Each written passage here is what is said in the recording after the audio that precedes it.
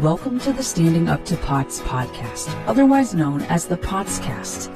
This podcast is dedicated to educating and empowering the community about postural orthostatic tachycardia syndrome, commonly referred to as POTS.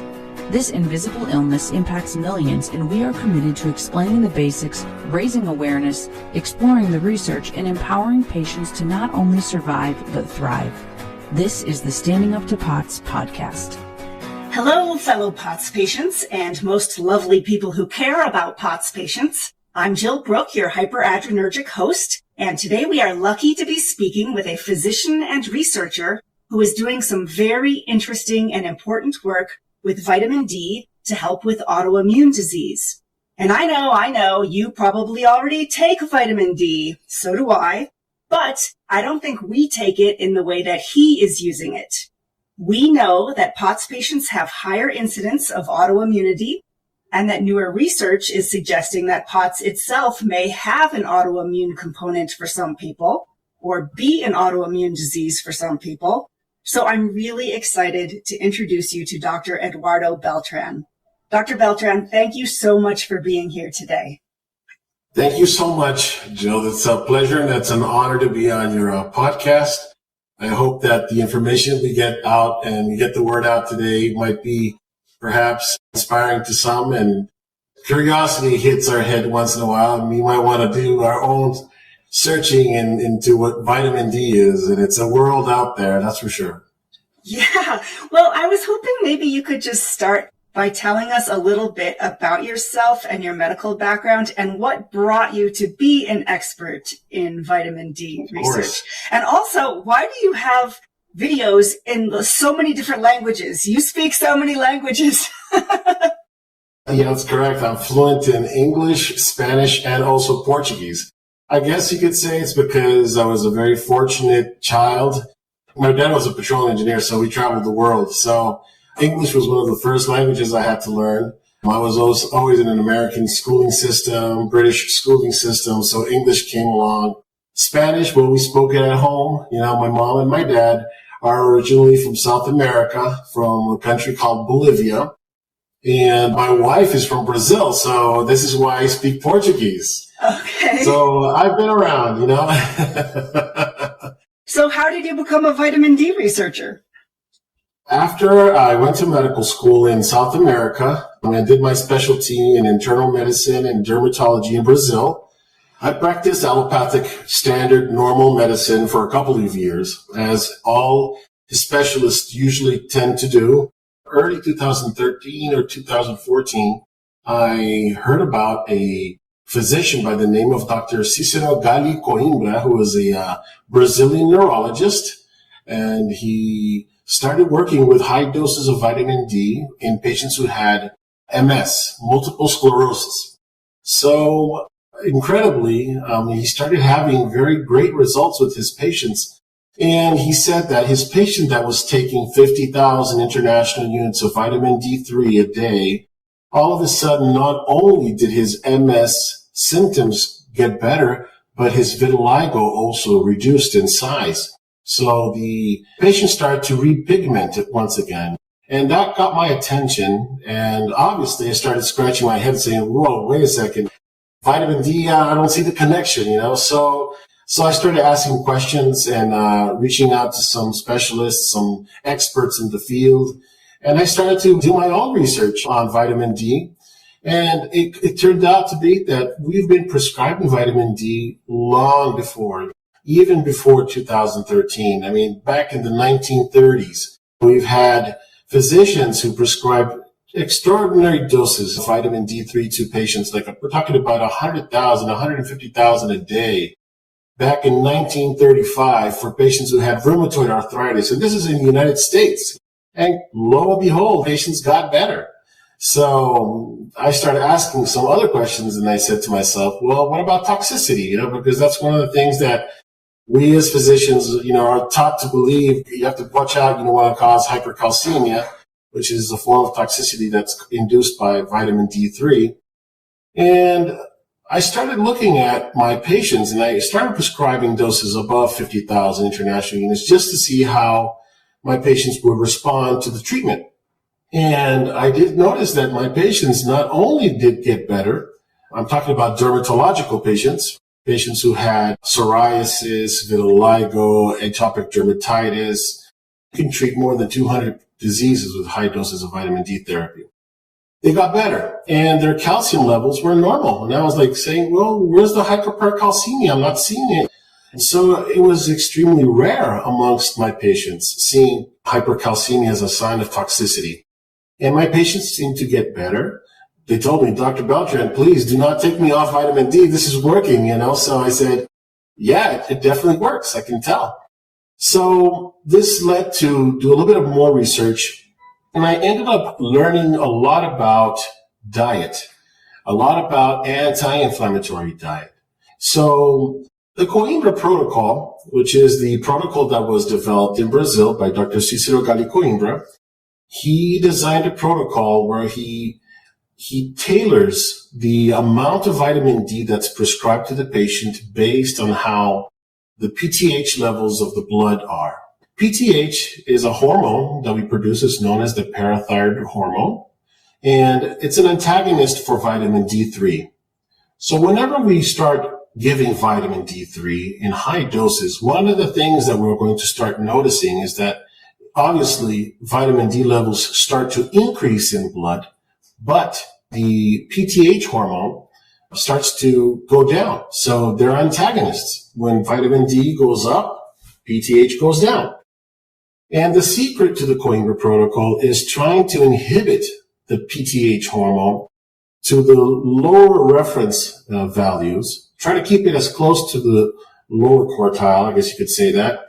And that's when you start seeing that patients start to get better. So one of the things I encountered when I was doing this is that I started off prescribing dosages of 20,000 international units a day to some of my patients. And I would see that the PTH would not shift at all. Vitamin D levels would start to increase in the blood, but the PTH levels, practically they remained at the same level they were initially. So I started bumping up the dose progressively. And then there was my first patient that I noticed this. I said, well, I'm giving my patient 80,000 international units of vitamin D a day. And now I can start to barely see a shift on his PTH levels. And this is a patient who had psoriasis. And then I noticed that his calcium levels were normal. I said, well, this patient must have something going on. And obviously this is a genetic problem. So I started looking into the genes. I started doing a little bit of my own research in regards to genetic polymorphisms. And I'm really big into this. So I'm like really into genetics because basically food, all that we put into ourselves in one way or another, it's going to influence how our genes, how our epigenome is going to be expressed. So vitamin D is actually not a vitamin. It's something that I would like to actually have nicely well explained. It's actually a hormone, okay, that we produce in our body. When it was classified as a vitamin, that was many, many years ago in the early 1900s. And they thought it was a vitamin, but when you actually look at the molecular composition of vitamin D, it's actually a sequesteroid hormone. So it's a very potent hormone, and it has more than 80 different functions in our body. The vitamin D that we learn in medical school is just basically everything in regards to bone metabolism, and that's where it basically ends. You don't hear much about vitamin D being a immune modulator and that it has all these different 80 functions that regulate our body. So going back to the genetic component, vitamin D is so essential that it regulates 10% of our genome. Wow. That means that we're talking about more than 2,000 genes, and some people even more, like 2,500 genes. So I looked into this and I started checking what genes were the ones that were being switched on and switched off. And it started to make sense. And during fetal development, and this is found in the medical literature, you can check it out and look it up, vitamin D regulates 3,000 genes. So it's extremely important during pregnancy. And as a matter of fact, Dr. Cicero Gali Coimbra and many other neurologists, they say that one of the reasons why we have so many kids out there today that have, for instance, autism or ADHD or ADD is because these moms, they have a low vitamin D level, and that's been chronic perhaps for many years. And perhaps even they have this genetic polymorphism, which basically doesn't allow for them to be able to absorb and metabolize vitamin D in an appropriate way. So that's interesting to me on so many levels. I mean, first of all, I think about, just evolution and what mankind was evolved to have naturally. And obviously sunlight is one of those things. And nowadays we don't get too much. But you're saying even on top of that, you think some of these patients have genetic polymorphisms that make it even more difficult for them to use whatever sunlight or other sources of vitamin D that they might get exposed to. Exactly. And that's what I found. Basically, in most of my patients, there are many reasons why you might have vitamin D deficiency. Obviously, a person can be obese, and as we know, vitamin D is a liposoluble hormone. And the more adipose tissue that patient has or that person has, that means the requirements for vitamin D are going to be much more. And vitamin D, when we talk about vitamin D prescription, how we should be prescribing and dosing vitamin D should be prescribed based on weight. And this is what we call physiologic dosing. Okay, so vitamin D should be calculated based on the weight of the patient. Just to give you an example of what a normal human being would be making if they expose their skin to the sun, let's say from 10 a.m. in the morning or up till 2 in the afternoon, depends on the geographic location. But if you expose your skin for about 15 minutes, if you're light-skinned, you make around 10,000 to 25,000 international units of vitamin D physiologically. So it makes no sense in the world to give a person 2,000 international units a day. Well, and the RDA is even lower, right? Isn't it like Exactly. So that's nothing. It's nothing, exactly. So people who look into the research and they read the information that's out there, and then we start scratching our heads and saying, why aren't we prescribing normal physiologic doses that the body really needs? So that's what a normal physiology would do. So there's a formula to be able to calculate that, and that's 200 international units per kilo. We use kilograms down in South America, and over here would be pounds. So you do a little bit of conversion there. But it's 200 international units per kilogram per day. That's how you calculate normal physiologic dose. And that's for somebody who has normal genetics. Exactly. That would be for a normal person. Exactly. And that's pediatrics and adults. Wow. So that's a lot more than most of us are taking. That's correct. Yeah. I have two specialties. I did internal medicine. I'm also a dermatologist here in Brazil. My patients that I see over there, I see babies, I see children, I see adults, and I see, geriatric patients. And if they don't have any issues with polymorphisms, obviously I'm going to be giving them a vitamin D dose that's adequate according to their weight. And here's another thing. Before I start talking about a therapeutic dose, which is basically the protocol that I use, which is the Coimbra protocol or the vitamin D protocol or the LGS protocol, if you want to call it like that. I've called it the LGS protocols because all of these patients who have autoimmunity, they've got a condition known as leaky gut syndrome. This is why it's called LGS protocol. But going back to what we're saying, sometimes some patients don't have any genetic polymorphisms, but they're on certain medications and certain drugs that they're taking that causes them to have vitamin D deficiency. A clear example here would be, for instance, patients who are taking steroidal drugs, like prednisone or dexamethasone or any type of steroid. And why is this? It's because steroids, they upregulate an enzyme known as 24-hydroxylase, which basically breaks down calcitriol. So in other words, it destroys your vitamin D levels in the blood. So if a person's taking steroids, they're going to be vitamin D deficient. And depending on how long that person's been taking it, I bet you they're going to be having problems with vitamin D deficiency.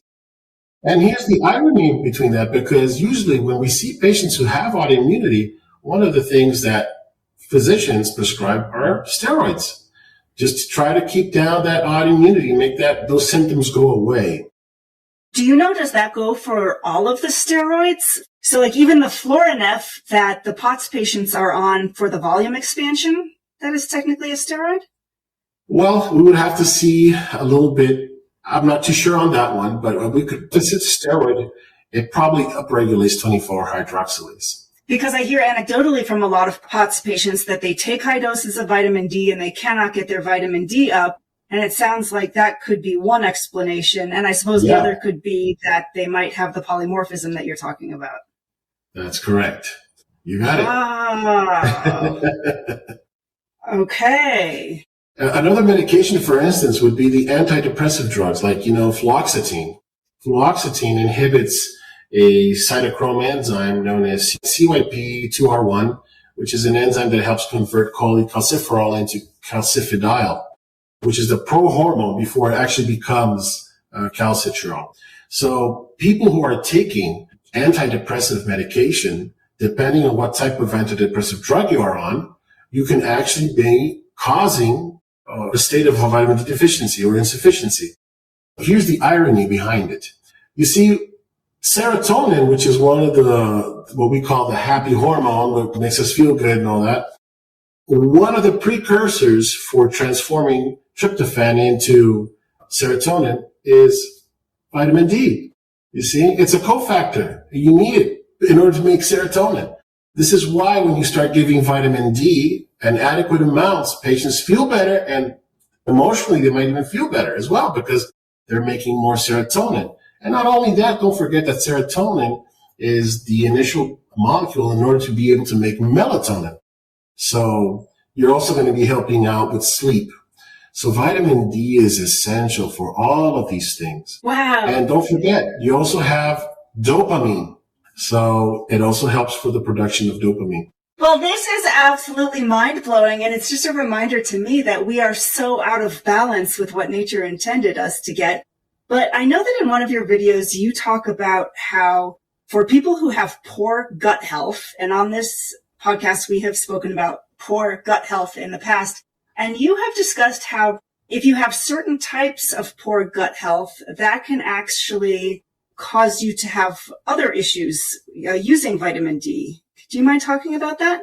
Well, vitamin D, like I said, has more than 80 different functions. And when it comes to our diet, we look at the North American diet. It's not pretty healthy. There are hundreds of thousands of people out there, having their breakfast at McDonald's, or you're getting that gluten inside of you, that coffee with milk and cream and butter, or you name it. I mean, we're putting a lot of bad stuff inside of our body. So one of the things I always tell my patients, well known amongst practitioners who work in the field of integrative functional medicine, is that gluten, anything that derives from wheat, especially wheat from nowadays, that's all genetically modified, and it's got a molecule known as gluten, and gluten has prolamins known as gliadin and glutenin. You see, gluten is a lectin, and these lectins, they are very pro-inflammatory. And if we look at our digestive tract, I want to have one thing nice and clear. I'm not a gastroenterologist. So as I was saying, the inner lining of our gut, we have a fine little layer of cells called enterocytes. And these enterocytes, they're bound together and, trying to make sure that certain proteins and toxins and things that are bad for our body don't get in. And they're bound together thanks to a protein that's there. That's kind of like the cement that glues these cells together, and they're called tight junctions. So these tight junctions, they're regulated all the time by another protein known as zonulin. And zonulin gets upregulated whenever we start consuming a lot of foods that have gluten, that have gliadin. So when gliadin gets absorbed by these enterocytes, they upregulate zonulin, and zonulin tells these tight junctions to open up. And now you increase the permeability of the gut, having not only this gliadin, which is a bad substance, and some other lectins, such as casein, which is found in milk, and also our microbiome, our bacteria that are found in our gut, now they can easily get through. So now all of these foreign molecules enter our body. And guess what? 80% of your immune system is found in the digestive tract. So if these patients are consuming all these foods that are causing a lot of inflammation, a lot of these proteins that are not supposed to be getting in there, all of these mycotoxins, bacteria, et cetera, get inside, and your immune system says, hey, you're not supposed to be here. We need to neutralize and get you out.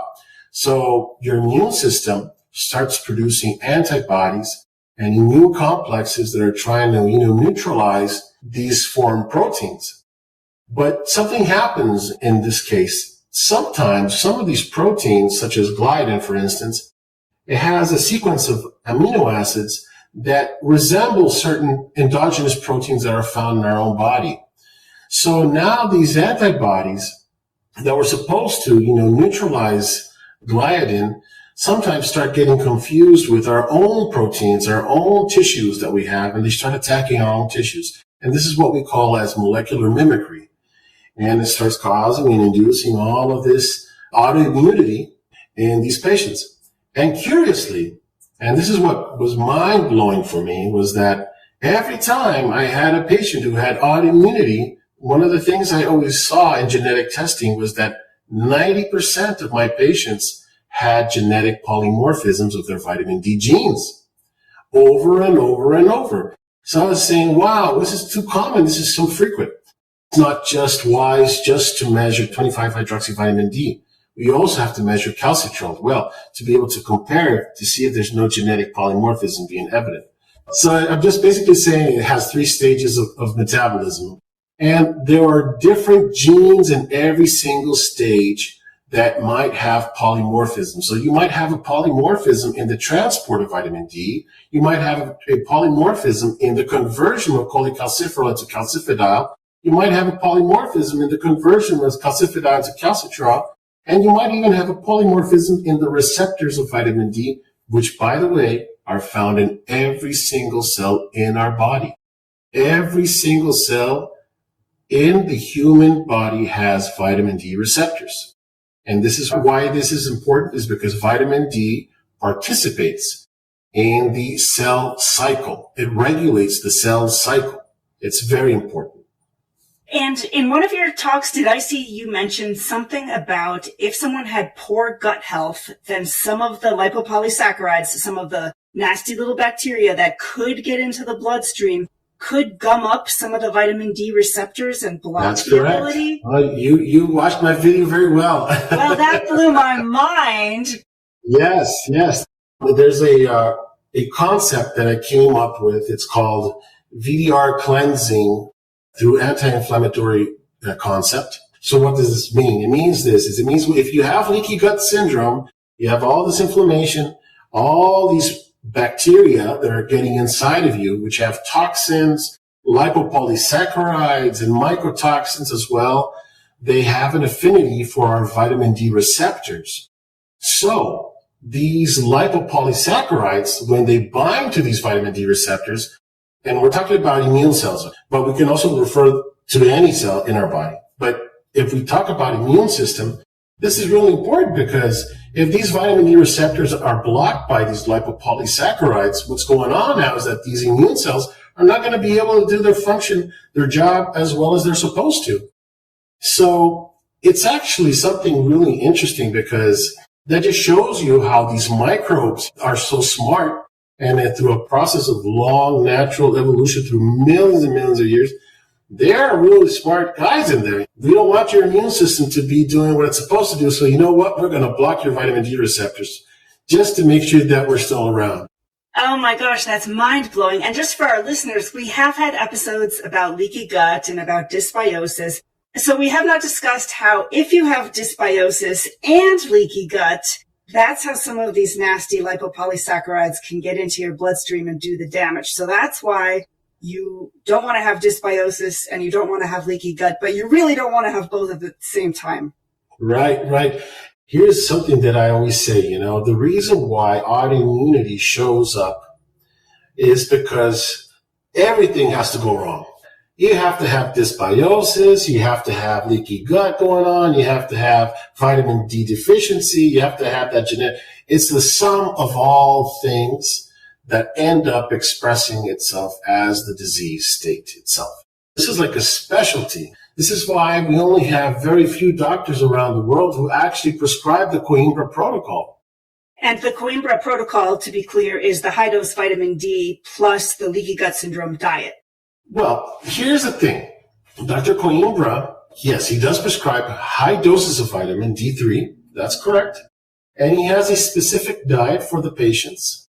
But it's not necessarily 100% gluten-free, not necessarily 100% lectin-free, but he does take out cheese, for instance. So dairy is one of the things he excludes because obviously if we're going to be giving, high doses of vitamin D3, one of the things we have to have in mind is that we don't want to induce hypercalcemia, correct? So cheese is a source of calcium.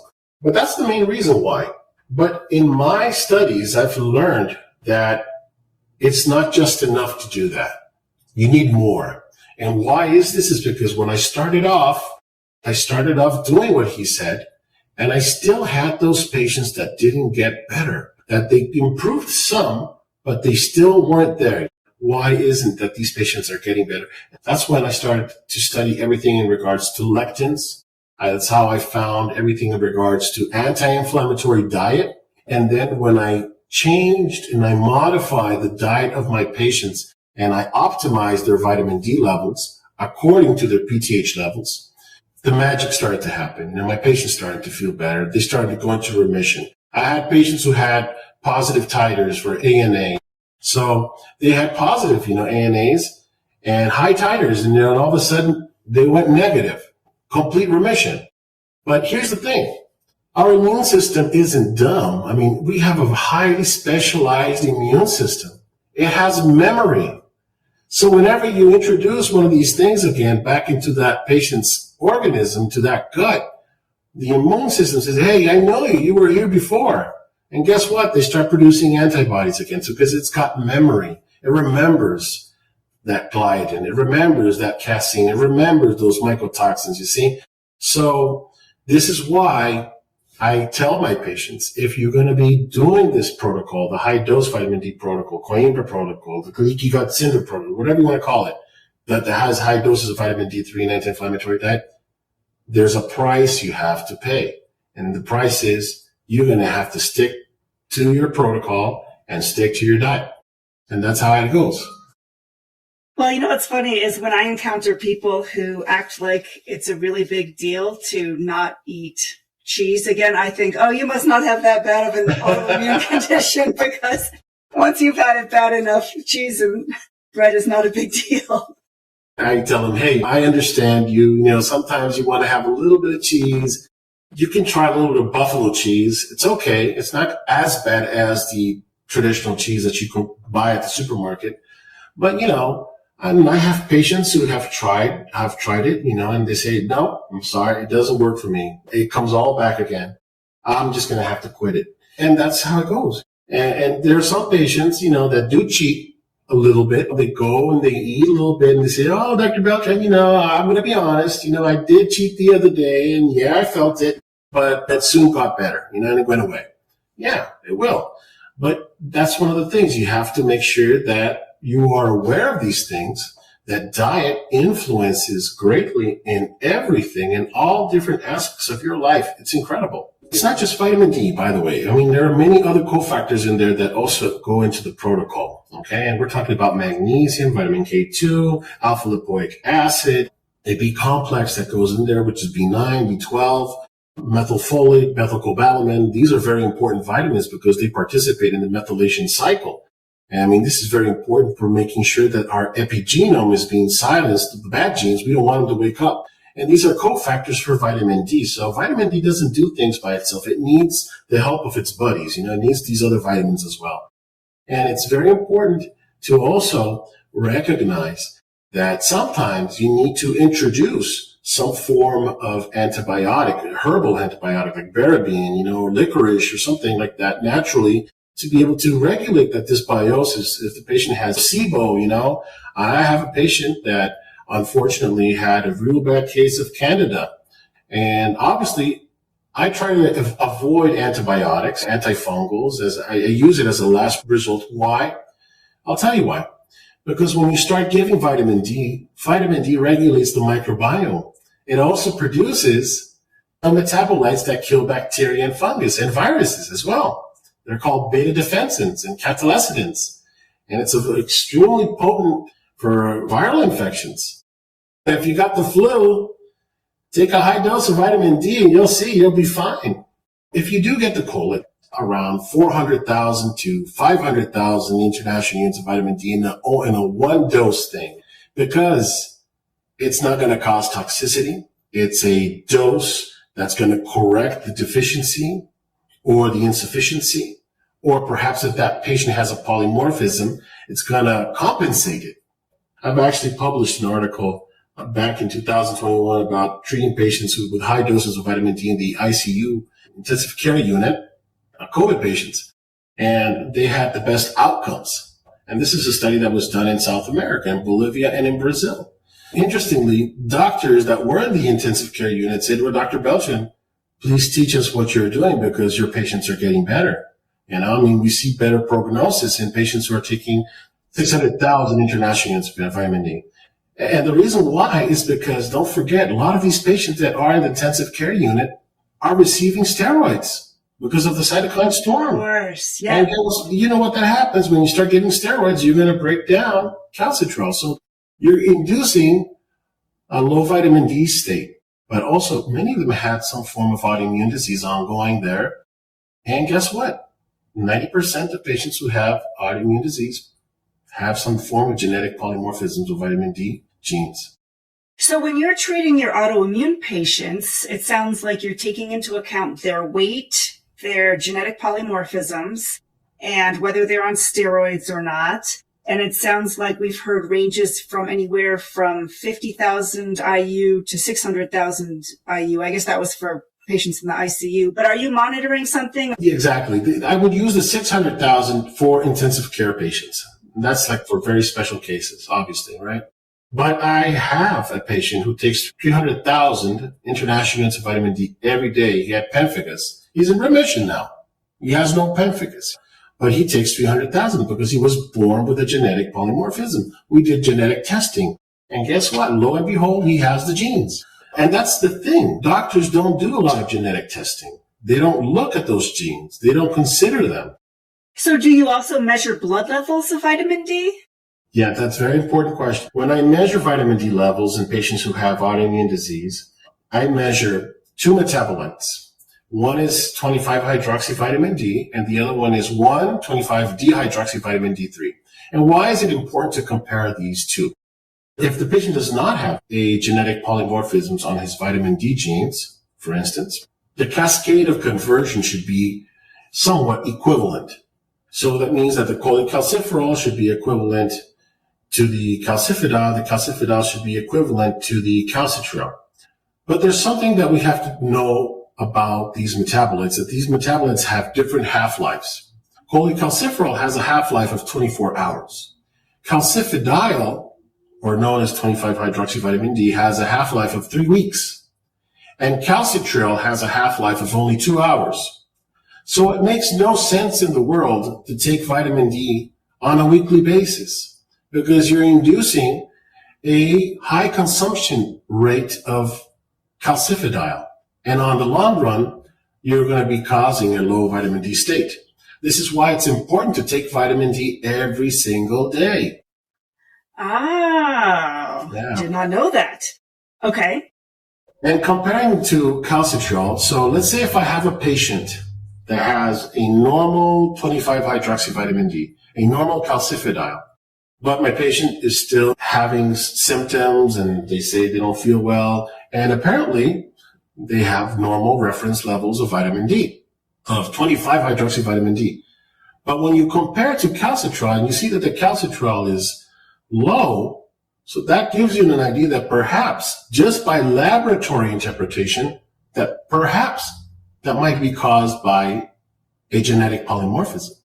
And there's one case study in the literature about a POTS patient with that exact situation. And when she took that activated form of vitamin D, she got much better.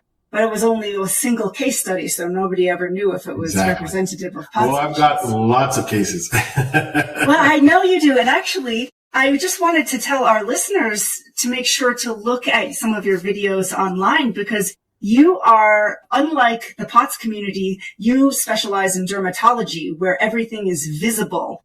Yes. So whereas a POTS patient might not really look different whether or not they're feeling good, your patients, it is so dramatic. Some of these people, I don't know what diseases they have, but some of them are head to toe in blisters or in rashes. And so you really can tell when you can tell that's working. Exactly. Yeah. Because the skin, I always say this, that the skin is actually the continuation of the gut, because it is. And we also have tight junctions in our skin. We also have tight junctions in our gut. We also have tight junctions in our brain. You know, it's called what we call leaky brain syndrome as well. And if you have leaky gut, you're going to end up having leaky brain. I'm also part of a group, it's called the Masterminds. So we talk a lot about, mast cell activation syndrome. And one of the things I can tell you about it is that patients who do the high dose vitamin D therapy and go on an anti-inflammatory diet do benefit greatly from high dose vitamin D therapy. And the reason why this is because mast cells have vitamin D receptors. So this means that when you check the genes that these patients have, you're going to probably find genetic polymorphisms of vitamin D genes. And this means that the vitamin D that perhaps that patient's taking isn't enough for them, and that they require much higher levels of vitamin D in order to be able to saturate those receptors. You see, we also have a gene that's responsible for upregulating those vitamin D receptors. It's called the VDR gene. And some people are born with a defective VDR gene. It's called VDR. That's the name of the gene. And there are more than 200 types of variants of polymorphisms just for that gene. And if you are one of those unfortunate patients who does have that genetic polymorphisms of that specific VDR gene, the vitamin D metabolites that your body produces might be adequate, but that receptor does not have good affinity for the vitamin D metabolite. So this will cause a problem known as vitamin D resistance. And this vitamin D resistance causes symptoms and will manifest as a disease. So this is why one of the things we do with the Coimbra protocol or the vitamin D protocol, or leaky gut syndrome protocol, is that we give them high doses of vitamin D with the intent of saturating those receptors as much as possible in order to be able to get that reaction going at the intracellular level. And this is why when you give high doses vitamin D to patients who have mast cell activation syndrome, and also that comes around sometimes with POTS, they tend to get better. Oh, that's so fascinating. It's funny because I have mast cell activation syndrome and autoimmunity, and part of that was heat intolerance. And so I moved out of California and to Alaska to escape the heat. Wow. And that lasted for a couple of years before I realized, oh boy, sunlight, even though it's giving me the heat I don't like, it must be giving me something I need, because my mast cell activation just blew up and I ended up moving back to California. But that brings me to what I know all of our listeners are wondering about is, what are your thoughts on sunlight? I know you're a dermatologist, so you just think about skin cancer. Should that be a part of the vitamin D or not necessary? Can you do them together? Of course you can, yeah. I would say that the pharmaceutical industry has pushed very hard with sunscreen and lotions and blockers. Yes, excessive amounts of ultraviolet rays. If you're exposed long enough for excessive amounts of hours, you will do some damage to the skin, and that can actually cause different forms of skin cancer. And I'm talking about squamous cell carcinoma, basal cell carcinoma. I'm not talking about melanoma, because that's a totally different story. Actually, melanomas are found in areas of your body that are not exposed to the sun. Patients that I see who do have melanoma, guess what? They have vitamin D deficiency. And guess what? They don't get sunlight. They don't go out. And these are we're talking about lawyers, doctors, people who work in the office that are not out there, taking that sunlight that they're supposed to. If you're going to go to the beach or you're going to be out there, make sure that you expose your skin in those right times from 10 a.m. up to, let's say, 2 in the afternoon for about 15 minutes, just to be able to make that adequate amount of vitamin D, physiological amount of vitamin D. Then you should be fine. But then you want to make sure that you protect your skin, because excess sunlight can be harmful. I personally prefer, using clothing on top of the skin, just to make sure that you're protecting yourself a little bit from the sun. Every time that I go, for instance, to the beach, I make sure I get my vitamin D naturally for about 15 to 20 minutes. If you do have darker skin, more melanin. Melanin is a pigment that we have in our skin that inhibits a little bit of the absorption of those ultraviolet B rays. It's the ultraviolet B rays that produces the production of vitamin D, not A. So we want that UVB to get in there. And sometimes if you have darker skin, you need more time of exposure to the sun, and maybe half an hour to close to an hour, because it's just your skin is darker. And this is why we need to expose ourselves more. One of the reasons why people do get cancer, the main component that you'll see in almost 100% of all patients in all different forms of cancers, is that they all have vitamin D deficiency. And vitamin D has been proven over and over to be extremely important for helping people not only live longer and healthier, but also avoid the development of certain types of cancers in their life. Calcitrol is a very potent anti-cancer metabolite that people should be aware of this. This is why it's important to have good levels of vitamin D. And I'm not talking about have the bare minimum. You have to be close to the upper limit if you don't have those genetic polymorphisms. And if you do, you need to be way much higher than that, because you unfortunately have a genetic resistance. And the laboratory references aren't made for you. What laboratory range do you like to see in your autoimmune patients? In my autoimmune patients, it varies. I have patients that have 120. I have patients that have 340. Depends. So nanograms per ml, obviously. And calcitrol, the same thing, Almost all my patients who have autoimmunity, they have gastrointestinal problems. They do have a leaky gut syndrome going on, a certain degree. It might be sometimes asymptomatic, and sometimes it's very evident. The patient says, hey, you know what, I'm getting a lot of bloating, I have diarrhea, I have this, I have that, and it comes with other symptoms associated. So some patients may just require a 50,000 international units of vitamin D a day. That's what I usually start them off with. But there's a price that they have to pay, and this is what I always repeat over and over. And the price is that you have to stick to a diet, because you know that these foods are harmful for you. And 2, you have a genetic polymorphism that needs to be compensated. And that's what we're doing. We're compensating genes with the metabolic demands of every person that has. Right. So this is absolutely fascinating. And I'm guessing that if there's patients out there who are interested in this and they're hoping to find out if they have a genetic polymorphism and if they should be doing vitamin D levels this high, I guess they can hope to find a doctor like you. I do see some patients through telemedicine, some international patients, that unfortunately they don't have access to a doctor that's an expert in vitamin D. They say, hey, you know what, I've heard, Dr. Beltran, I've tried everything. It hasn't worked. I'm tired of, immunosuppressive drugs. I'm tired of steroids, corticosteroids. I've done it all. I've tried biologics. It worked for a while, but then guess what? It came back, or I had some side effects, secondary side effects because of the biologic. Look, come on, let's face it. These drugs are always going to have side effects. So I want to give it a try, with the high dose vitamin D. Well, yeah, and some of those drugs for autoimmune disease are tough. I've been on a few of them, and I can definitely see the appeal of trying the vitamin D. So if people want to see your articles and your videos, and especially your before and after photos, listeners, I'm telling you, some of these before and after photos are amazing. Where can they find you online? I have a YouTube channel. You can see some of my videos there. Be aware that the leaky gut syndrome protocol, which is basically high doses of vitamin D3 with an anti-inflammatory diet. Ever since I started using vitamin D3 in my patients, it's changed the way how I see medicine through a different perspective. It changes you.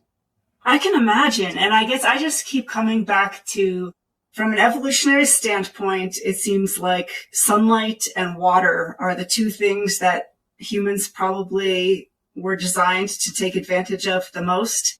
And here we went and removed all the sunlight, most of the sunlight out of our systems. And look what happens to us. We have autoimmunity and all of these other things. And like you said, so many different diseases get worse with low vitamin D. And I just think, we really lost our way here. Sure and did. It's as if your research is trying to lead us back in the right direction. You don't hear it on your everyday. I mean, it's not out there on the media, right? You don't hear about vitamin D being a source for fighting cancer or fighting, autoimmune diseases or, just for general health. I mean, people know that vitamin D is important for general health, but they probably have not seen patients go into remission, by using higher doses. And one of the things I've also mentioned in the past to many of my patients and to everybody that I see and I encounter is that this is nothing new. When vitamin D was being put into our foods back in the 1920s, in the early 1900s, we were putting loads of vitamin D. I mean, you should never prescribe just vitamin D based on a recommended daily allowance. You need to go to a doctor that understands this, and that's actually going to optimize your vitamin D levels in the right way. And that means that you have to be taking it based on your weight. If you are a person that does not have genetic polymorphisms, or if you're going to be taking certain medications, not only just antidepressive medications or steroids, but also anticonvulsive medication like carbamazepine, valproic acid, some antibiotics like for tuberculosis, they all inhibit vitamin D. And there's another big list out there. So there are a lot of causes for vitamin D deficiency. And at least if this podcast is going to reach out someone, perhaps there's going to be a little question mark now in their brain saying, well, I want to go check out my vitamin D levels and I'm going to go check out my calcitriol levels as well, Absolutely. And we will link to your YouTube channel and we will link to some of your other resources as well so that people can find you and find more information about all of this, because I do assume that this is the beginning of an exciting journey for a lot of us to look into this. Thank you. Thank you so much, Jill. I admire your work. That's formidable, I think you are one of the very few people out there that really, want to make a difference. Dr. Beltran, just thank you so much for speaking with us and sharing your findings. And I cannot imagine more important work at a time where autoimmune disease is skyrocketing and the other treatments are so imperfect. I just was recently at a conference in South America and I was talking about vitamin D over there. And it's very important because it helps to break up many different barriers sometimes, Thanks a million. And hey, patients, we hope you enjoyed this episode. We've got more coming next week. So until then, thank you for listening. Remember, you're not alone, and please join us again soon. As a reminder, anything you hear on this podcast is not medical advice. Consult your healthcare team about what's right for you. This show is a production of Standing Up to POTS, which is a 501c3 nonprofit organization. You can send us feedback or make a tax-deductible donation at www.standinguptopots.org. You can also engage with us on social media at the handle Standing Up to POTS. If you like what you heard today, please consider subscribing to our podcast and sharing it with your friends and family. You can find us wherever you get your podcasts or at www.thepotscast.com. Thanks for listening.